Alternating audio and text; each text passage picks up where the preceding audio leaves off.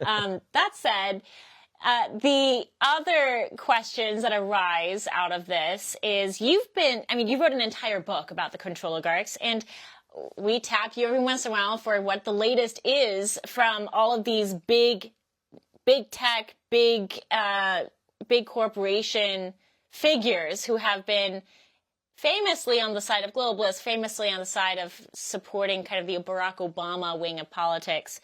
What is their pulse now? Especially looking at guys like Larry Ellison, who honestly I don't think it's unfair to say he can't be trusted. He's certainly someone who's played on the globalist side more than he has played on the nationalist side. What is the general pulse right now of all the control oligarchs you've been watching over the years? Yeah, well, I was at the inauguration. I saw that they were seated at the head table. They had positions of prominence, everyone from Jeff Bezos to Mark Zuckerberg. You had the Google, Sergey Brin was there at the Starlight Ball. And Larry Ellison, I mean, just to go on and on down the list, they have been no friends of MAGA in the past, and it's not clear if they're friends now. Now, Donald Trump is able to bend people to his will in ways that no other politician or president has ever been able to do. So I trust him what he's doing here. But at the same time, these guys, I mean, the one thing you can rely on is that they will act in their self-interest. Sam Altman is another one of these guys who's rapidly ascended with OpenAI. They should not be trusted fully. I mean, you have to be very wary because they basically worship, a lot of these guys worship artificial intelligence. And the thing that I'm a little wary of is how much we're putting all of our eggs in the AI basket here. And it all of a sudden in one day with China's DeepSeek R1 model, just totally wiped out $1 trillion of our market cap. When we put all of our eggs into the AI basket with people who are not necessarily totally loyal to the United States, we better win. But the other thing I'm worried about is, what does the finish line in this new arms race look like? I mean, I'm not sure, with the nuclear bomb, it's like you get to a nuclear bomb and there's the finish line. With AI, it's like a arms race to oblivion.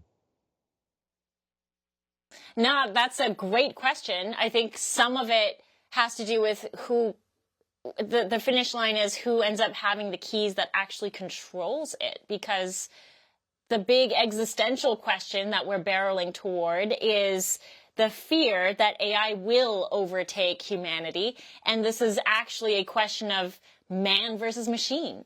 And either way, the scenarios are very dark.